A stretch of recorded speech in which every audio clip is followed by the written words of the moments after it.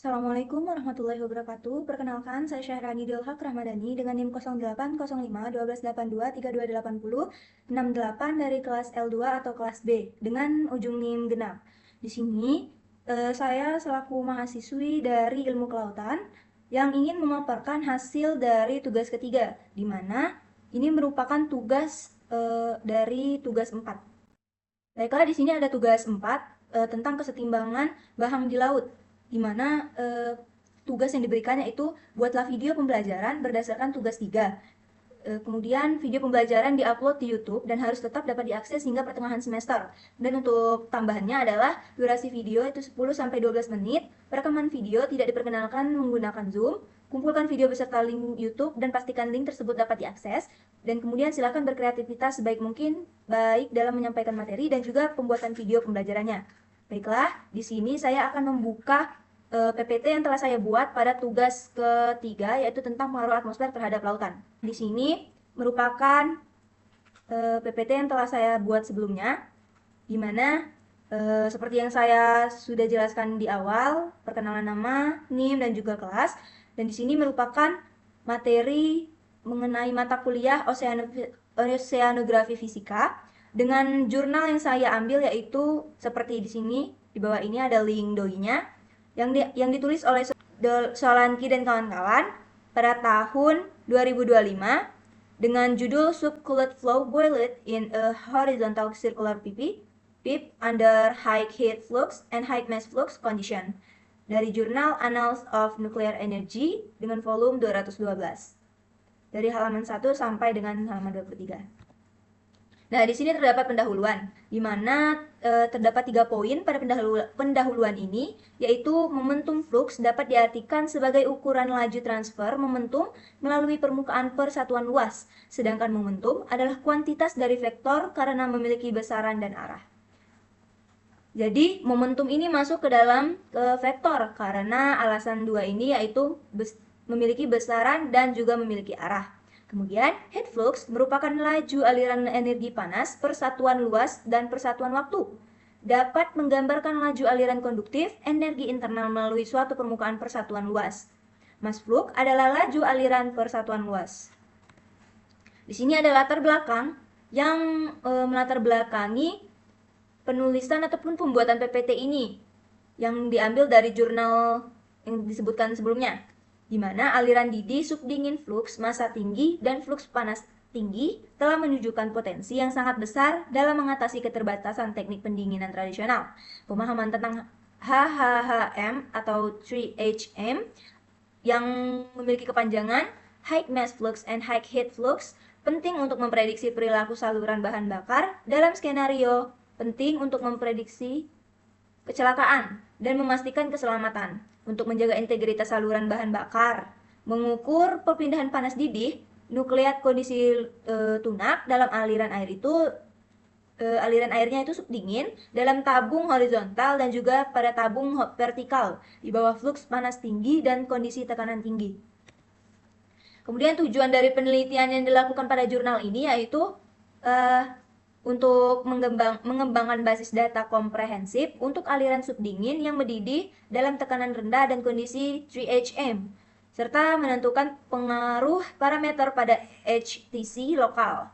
Yang kedua itu untuk mengevaluasi kinerja korelasi yang ada terhadap kumpulan data eksperimen yang ada saat ini. Dan yang tiga itu untuk mengusulkan korelasi non-dimensi berdasarkan basis data eksperimental untuk berbagai parameter. Nah, di sini ada pengaturan percobaan. Nah, di sini ada ilustrasi yang bisa dilihat, di mana di sini adalah supply tank atau bisa dikatakan sebagai power supply, dan di sini ada pump. Pump ini kemudian berlanjut ke valve, dan di sini ada flow meter. Nah, di sini ada DC power supply yang pada akhirnya itu untuk sump. Jadi pada nomor 1 yang di sini itu adalah upstream pressure tap. Yang di nomor 2 ini itu adalah downstream pressure tap. Yang nomor 3 yang ini itu adalah bus bar. Sama dengan nomor 4 juga itu adalah bus bar. Dan nomor 5 yang ini, yang ungu ini adalah komputer. Kemudian yang terakhir itu nomor 6 ini Nah, ini itu adalah infrared thermal camera. Nah, setup ini terdiri dari tangki air yang berisi air pada suhu konstan, pompa roda gigi yang digandeng secara magnetis, katup bola, meteran aliran magnetis, pemancar tekanan diferensial atau DPT, tabung bagian uji horizontal lurus, termometer, dan juga termos. Pengontrol digunakan untuk memperoleh kontrol aliran fluida yang lebih baik. Jadi, pada pengaturan percobaan ini kita menggunakan kontrol aliran fluida agar aliran fluida yang keluar ataupun masuk itu menjadi lebih baik. Kemudian di sini ada deskripsi bagian pengujian. Di sini ada flange, ada bus bar, dan juga test section. Kemudian ada 3 poin, diantaranya adalah diagram skema penampang uji yang digunakan untuk pengukuran penurunan tekanan dan perpindahan panas. Yang kedua itu pandangan fotografis penampang uji, dan yang ketiga itu ada parameter geometris tabung pemanas. Kemudian ada prosedur dari percobaan, di mana di sini bisa dilihat bahwa operating parameters itu terdiri dari mass flux, heat flux, thermodynamic vapor quality, system pressure. Kemudian ada geometric parameters, itu ada 2, yaitu diameter dan juga length. Kemudian ada data acquisition, itu pengolahan data, yaitu ada 3, wall temperature, pressure drop, bulk temperature. Kemudian ini dikalkulasi menjadi heat transfer coefficient. Kemudian pada coolant out itu terjadi boiling. Boiling ini akan terjadi coolant out. Kemudian ada juga test section. Kemudian test section coolant in ini akan menjadi test section. Flux panas ditingkatkan untuk mengumpulkan set data lainnya. Flux panas ditingkatkan dengan peningkatan kecil untuk meminimalkan kemungkinan efek transien pada laju aliran massa karena perubahan tekanan yang tiba-tiba. Untuk setiap flux massa, beberapa data flux panas diambil secara setelah mencapai kondisi steady state. Jadi, untuk flux massa itu, data flux panas akan diambil ketika flux massa itu atau flux mass itu pada keadaan stabil. Nah, di sini ada pembagian pembahasan, terlihat di sini setelah turun grafik ini akan naik. Ini adalah titik ONB dan di sini ada titik CHF. Nah, untuk bagian bawah garis tabel ini pada bagian bawah itu adalah heat flux dan untuk garis yang ke atas ini adalah pressure drop. Flux panas ditingkatkan untuk mengumpulkan set data lainnya. Flux panas ditingkatkan dengan peningkatan kecil untuk meminimalkan kemungkinan efek transien pada laju aliran massa karena perubahan tekanan yang tiba-tiba. Seperti yang telah disebutkan sebelumnya tadi, untuk setiap flux massa, beberapa data flux panas diambil setelah mencapai kondisi steady state. Jadi, seperti yang tadi sudah saya bilang, bahwa kita harus menunggu keadaan stabil.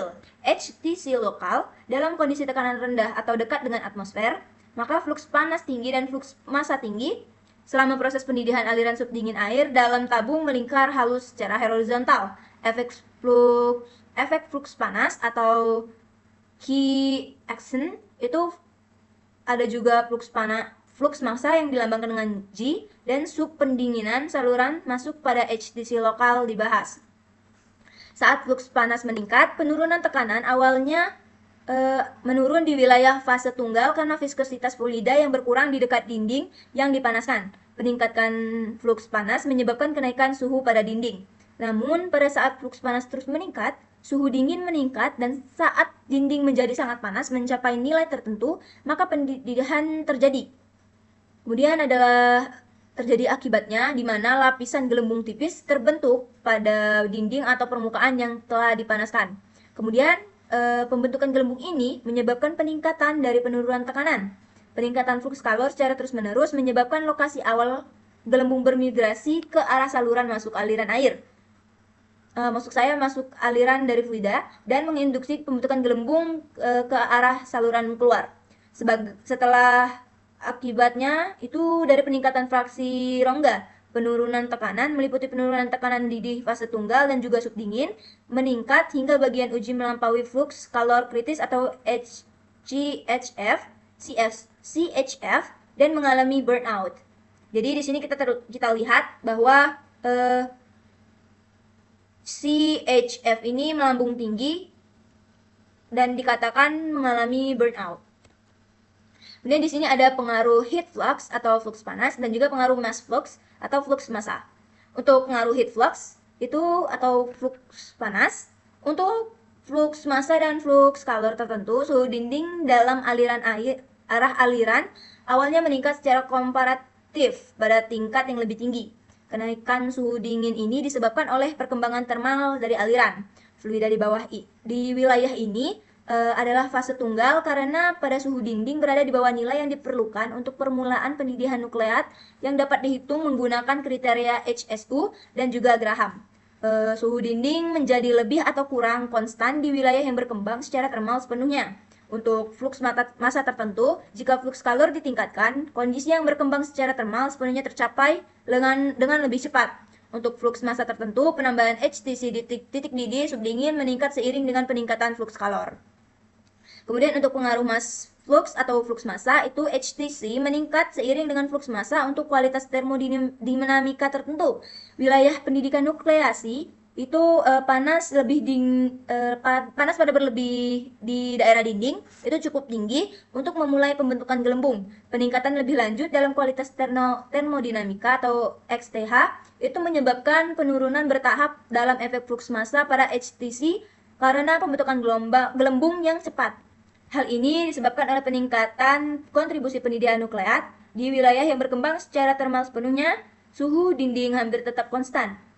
Untuk kualitas dari termodinamika tertentu, peningkatan flux massa tidak dibarengi atau tidak berbarengan dengan peningkatan HTC. Mekanisme perpindahan panas yang lebih dominan bergeser dari konveksi paksa ke pendidikan nukleat.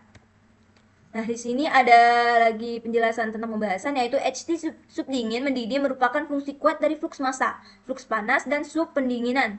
Ketika flux kalor meningkat untuk flux massa tertentu, angka didih meningkat yang menghasilkan peningkatan HTC. Oleh karena itu, eksponen angka didih adalah positif. Diamati bahwa dengan peningkatan flux kalor untuk flux massa tertentu, T dikurang dengan TB menurun. Hal ini mengakibatkan penurunan bilangan Jacob dan koefisien perpindahan panas seiring dengan peningkatan flux panas. Oleh karena itu, eksponen bilangan Jacob adalah negatif. Berikut adalah hasil tabel perhitungan perbandingan hasil eksperimen dengan korelasi yang dilaporkan dalam literatur. Nah, di sini ada kesimpulan, yaitu basis data komprehensif untuk HTC lokal dan penurunan tekanan selama aliran subdingin yang mendidih dalam tekanan rendah dan kondisi 3HM dikembangkan untuk mengungkap pengaruh parameter seperti flux panas, flux massa, dan juga diameter tabung pada HTC lokal dan penurunan tekanan. Korelasi yang ada atau literatur menunjukkan penyimpangan yang signifikan dalam memprediksi koefisien perpindahan panas dinding subdingin pada tekanan sistem rendah dan kondisi 3HM. Pada wilayah yang berkembang penuh secara termal, koefisien perpindahan panas meningkat seiring dengan peningkatan flux panas untuk flux massa tertentu. Ketika subcooling menurun, hal ini mengakibatkan penurunan atau perbedaan suhu antara dinding dan titik didih, dan kemudian peningkatan koefisien perpindahan panas terjadi. Nah, mungkin hanya sampai di sini PPT yang dapat saya sampaikan, karena batas dari PPT tugas kemarin itu adalah 10 slide. Saya di sini atas nama Syahrani Diol Haq Rahmadani mungkin mencukupkan rekaman dari untuk tugas 4, di mana membaca PPT dari tugas 3. Saya minta maaf apabila saya terdapat salah pengucapan dalam pembacaan PPT tadi. Saya akhiri, wassalamualaikum warahmatullahi wabarakatuh.